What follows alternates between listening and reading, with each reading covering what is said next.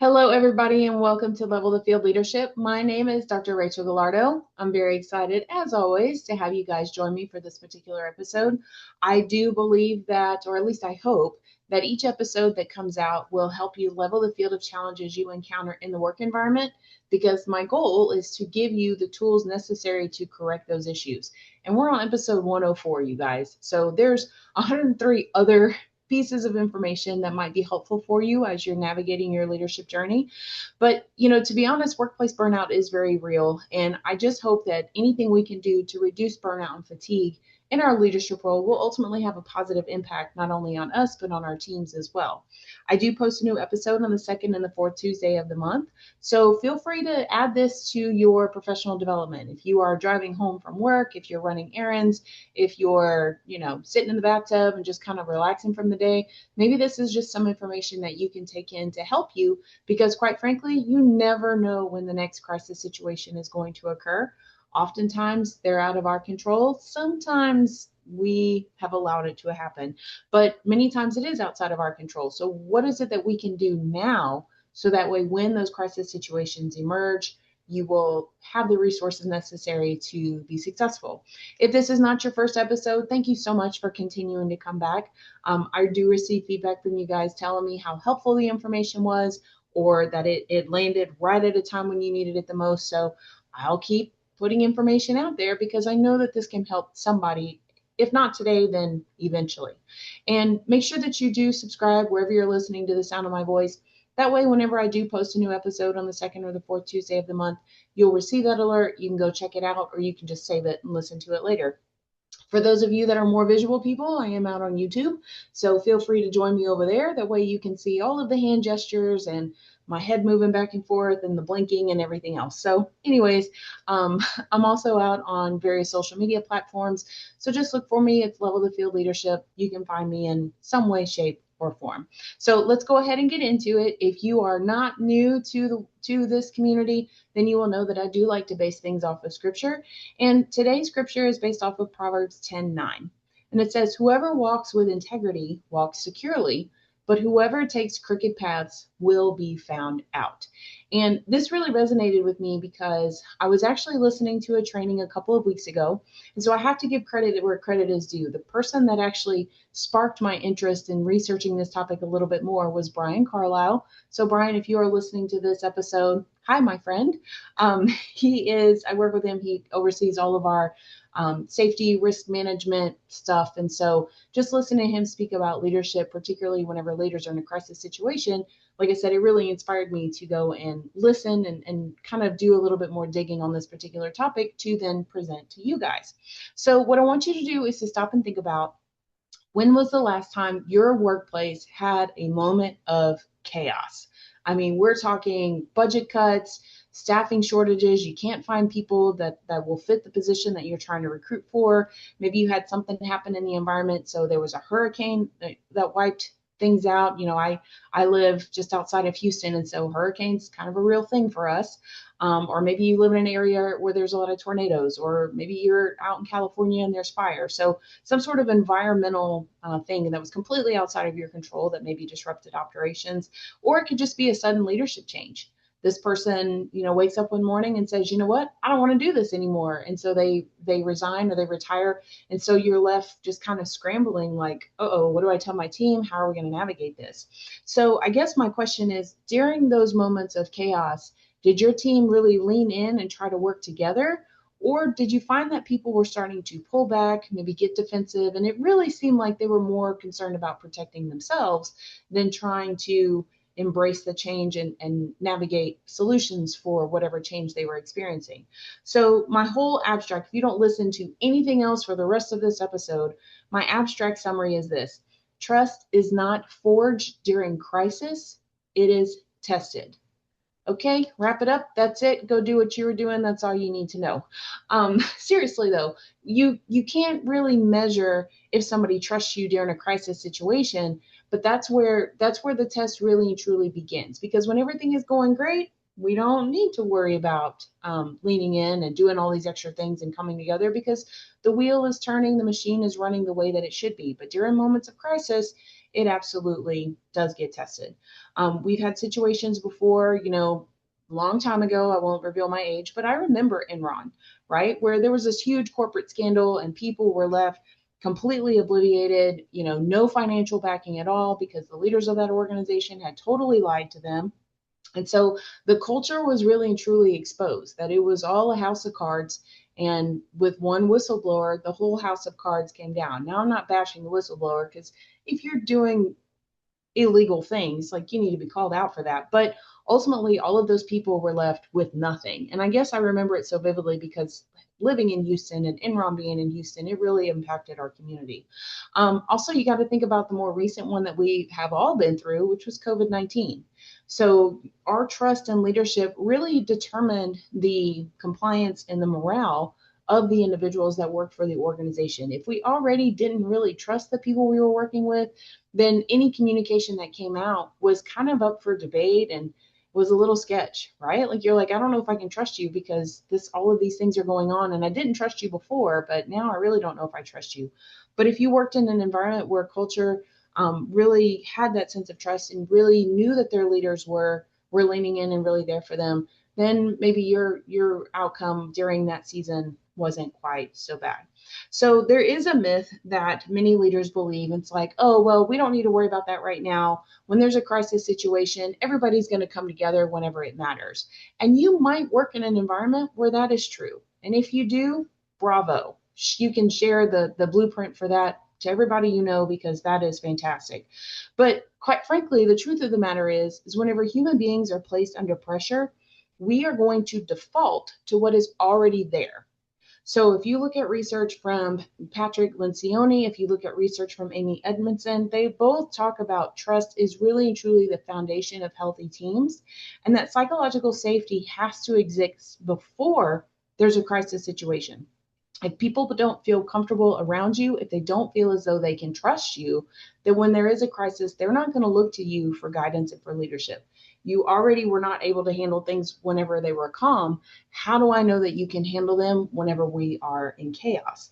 So ultimately, people will fall to whatever the culture is of the organization.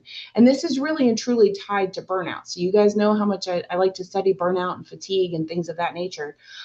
If your team already feels unheard, then that crisis is going to amplify the disengagement. Because quite frankly, it's like, oh man, I already had all of this stuff on my plate, already had all of these things that were going on. Now you've thrown me into chaos. And you know what? I can't do it anymore. Here's me leaning back, washing my hands of the entire situation. But on the flip side of that, if they already feel valued, if they already feel like their voices are heard, if they feel as though people are actually going to listen to them, if they have a suggestion or a recommendation, then that's going to strengthen the cohesion of the group. So if somebody already feels comfortable coming to me when things are calm and they can just vent and say, you know what, Rachel, I don't need you to do anything. I just need to word vomit for a minute. Then when the seasons are calm and when the seasons are in chaos, they're going to feel safe coming to me to do that. They're going to have that psychological safety because I'm not, I don't want to say phased, but I'm not going to back away from it, even if they're saying things that I don't particularly like, right? So this crisis situation, these chaotic situations will really and truly magnify the culture of the environment you're already in. So crisis really and truly is going to reveal three things. And if you don't have a pen handy, I recommend that you write these down. They're the three C's, okay? So the first thing that crisis reveals is communication. When there is a chaotic situation, are we as leaders, are we going to over communicate or are we going to disappear? And over communication is definitely the preferred route to go and not the disappearing rag. Like that is not the time for us to turn into magicians, right? We don't need to disappear because people need information. They need that reassurance. They need to know what to tell their customers whenever they're just left standing there and a customer randomly calls and says, hey, Rachel, I heard blah, blah, blah. If I don't have information from a leadership standpoint, it's hard for me to know how to convey that, right? And at the same time, I need to make sure that I'm conveying information to my team as well, even if the answer is, I don't know. Because I'm not trying to be a hero here. I'm not trying to make things up. People can see through. I mean, we live in a world where filters are common, AI is common, and we're getting pretty good about spotting a fake. The last thing that I want to be to my team is fake. right? So if they ask me a question and I legitimately don't know the answer to it, I can just simply say, you know what, I don't know.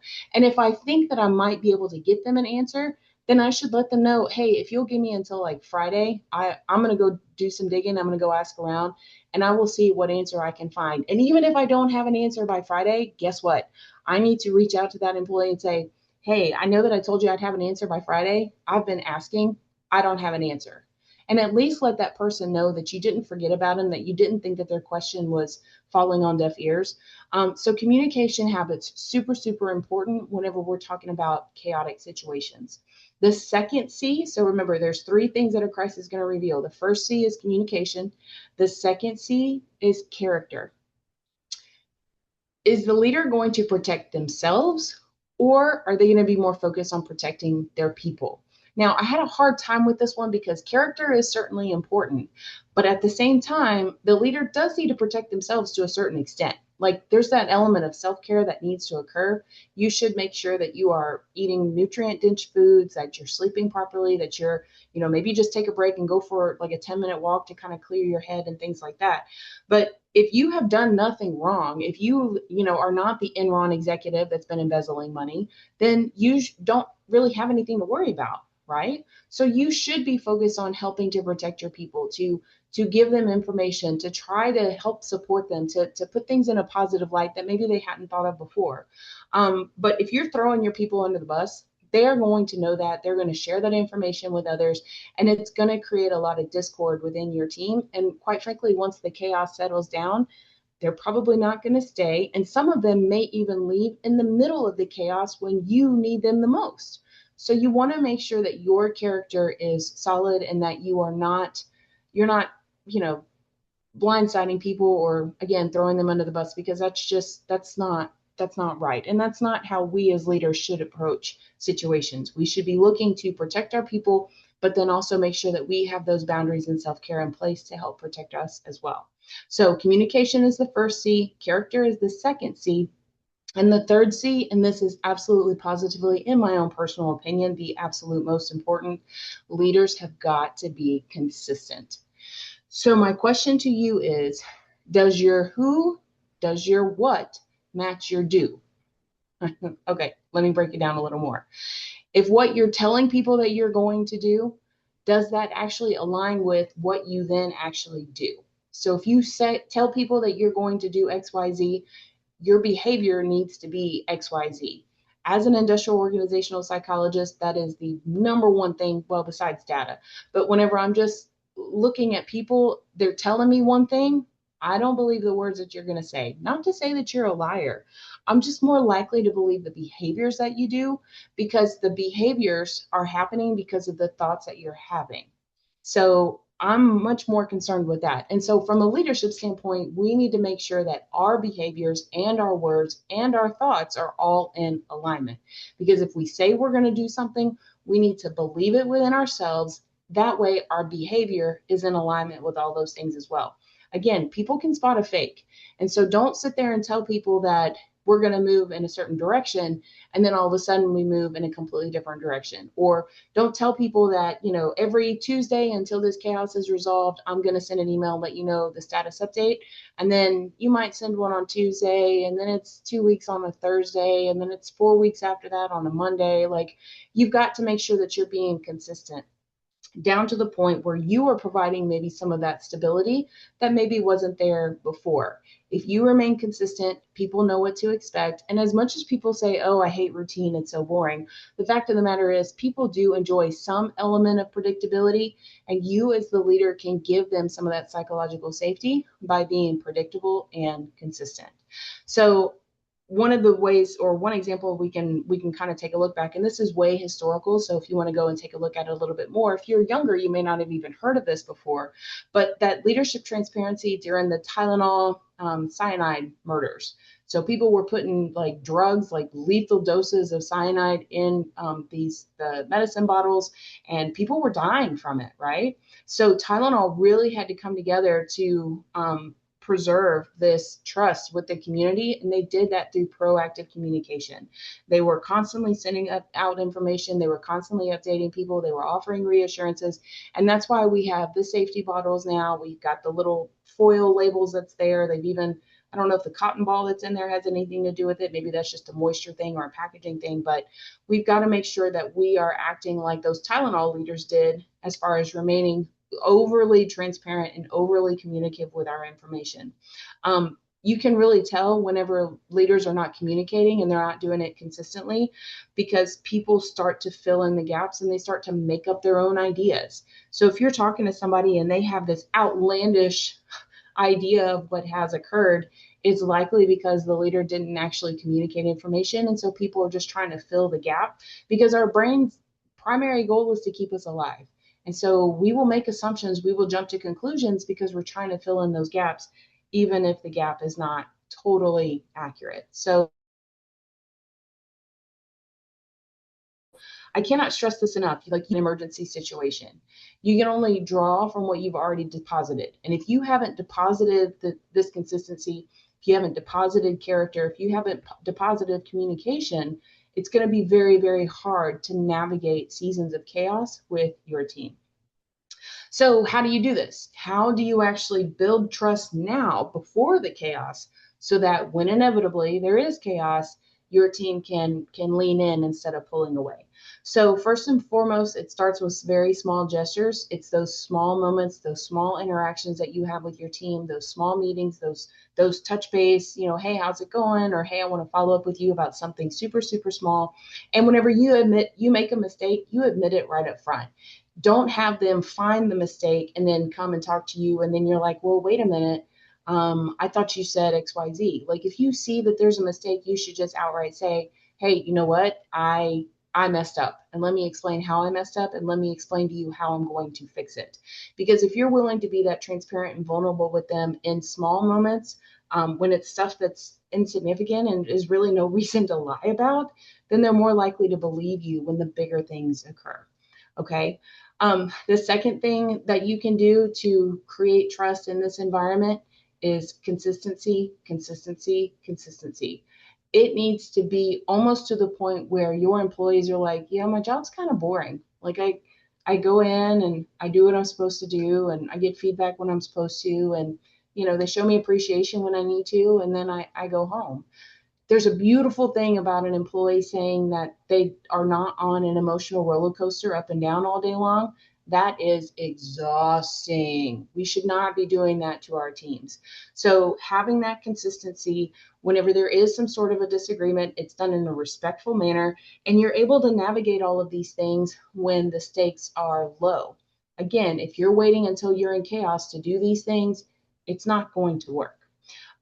Psychological safety is super important. So this is item number 3 of how you can actually build trust in moments or seasons of calm.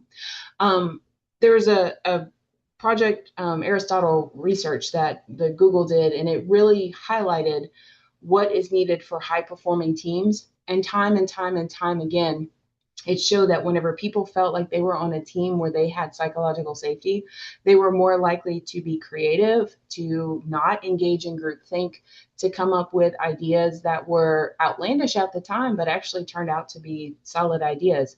So we have to make sure that we're creating that, because in a season of chaos, you might need some of those ideas. They might sound crazy up on the forefront, but you might need that idea to implement to help get you and your team through that chaotic situation.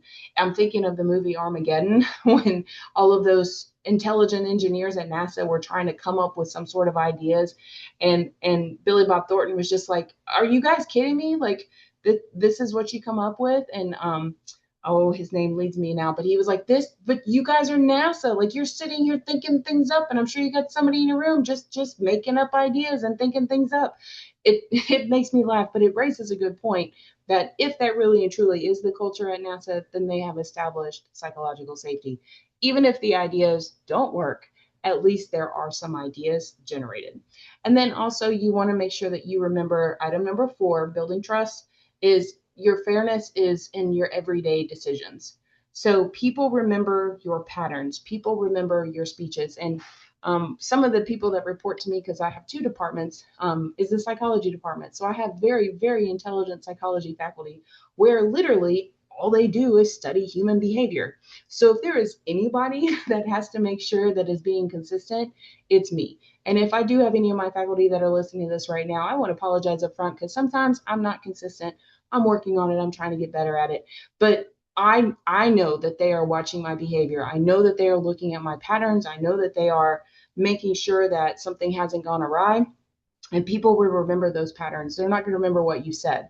So Maya Angelou, she has a perfect quote. People will always remember how you made them feel.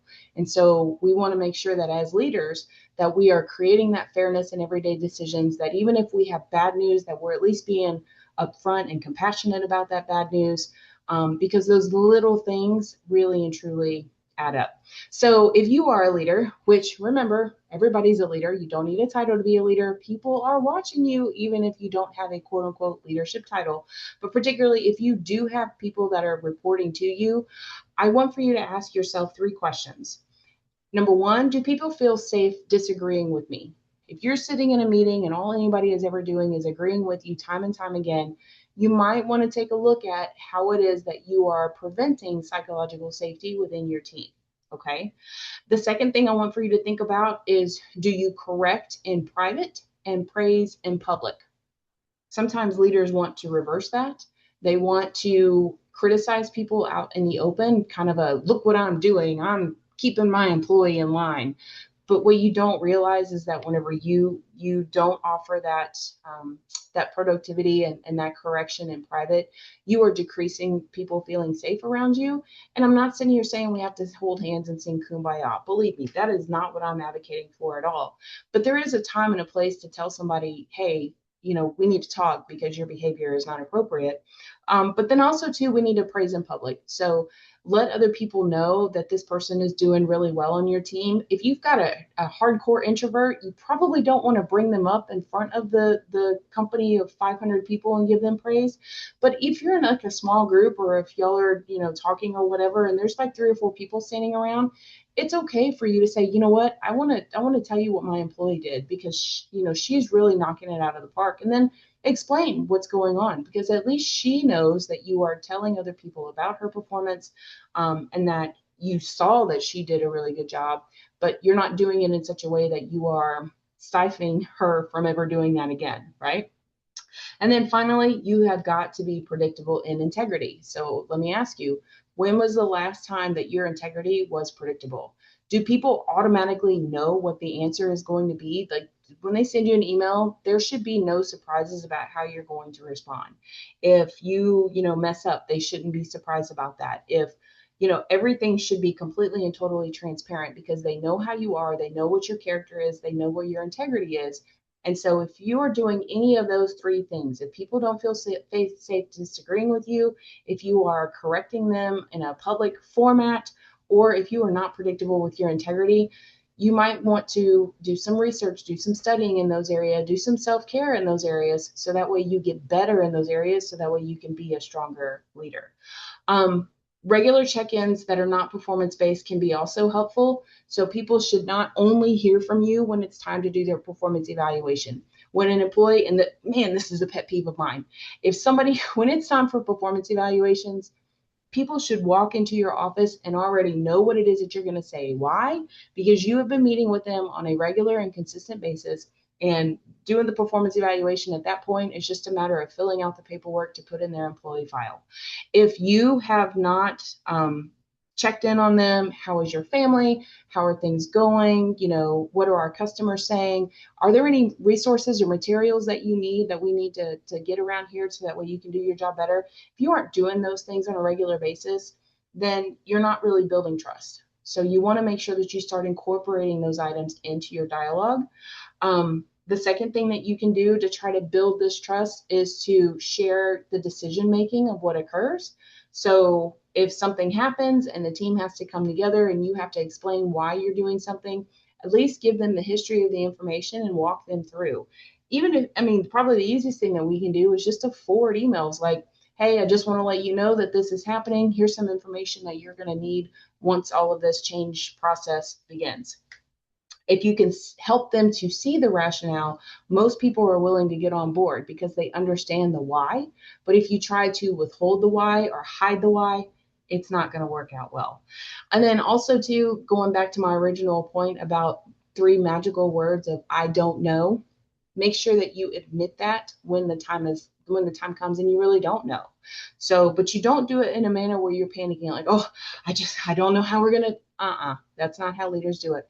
You just simply say, I don't have an answer to your question, but I will see if I can find an answer. Or if you know for a fact that it's not an answer that you're going to have, you can just say, look, I don't have the answer to that question, but I will keep advocating for X, Y, and Z on our behalf, right? Burnout is not just the workload, it is the lack of trust in leadership decisions. And so when you're doing these regular check ins, when you're sharing rationale, whenever you're admitting uncertainty without panic, you're helping to build those elements of trust.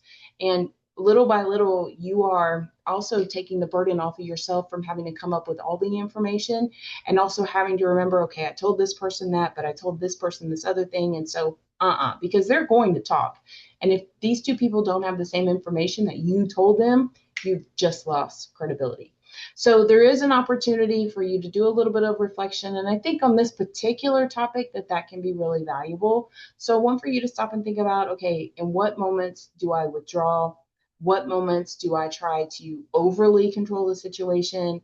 And what do I want to work on so that way I can really start building trust and building this element of psychological safety before the next chaotic storm emerges? Because I'm telling you, the storm is coming. I don't know when, I don't know how, I don't know how long it's going to last. But if you don't take the steps now to prepare for the storm, it's going to break your team. So, like I said before, I live just outside of Houston. Hurricanes are a pretty regular thing for us, and hurricane season for us starts in June and it can go well into September, October. So one of the things that I'm always doing whenever it's kind of that time of year, I just start watching the weather forecast. And if something even remotely hints at possibly coming this direction, my husband and I, we kind of start getting things in place and kind of he calls it foraging. So, getting little things little by little, because let me tell you, about a day or two before the hurricane gets here, HEB is a madhouse and you just don't even want to go there. But if you're doing things little by little, then whenever the storm comes, you can remove yourself from the chaos because you've got that strong foundation with the rest of your team. So my final notes of encouragement here, and thank you for sticking with me this long if you're still here. Whenever you're talking about building or having trust during moments of crisis, you have to build trust when absolutely nothing is wrong. That is the worst time to try to build trust, is whenever you guys are in chaos. You want to do that whenever it's a quiet season. It's important for you to be consistent when nobody is watching. And when things are calm, you need to lead calmly. So if there's no reason for you to get panicked and upset and overworked, that's whenever you need to really lean into the calm, cool, and collected so that way you can help your people. So I hope that this information brought you something to think about. Hopefully you are not in chaos. Hopefully you're not in crisis. I wish that you would just, float along on unicorns and rainbows and lollipops for the rest of your leadership journey. But you and I both know that that's just simply not going to happen. So start these things now. Do these things with your teams whenever the waters are calm. It's a lot easier to navigate waters when they're calm than if you're in the middle of a storm. I do believe that everyone is capable of being a leader. I hope that this information has brought you value. And I truly believe that people are capable of doing this. So take care of yourself, take care of your team, build that psychological safety, build that psychological trust now, so that way when the chaos comes, the waves are not as turbulent.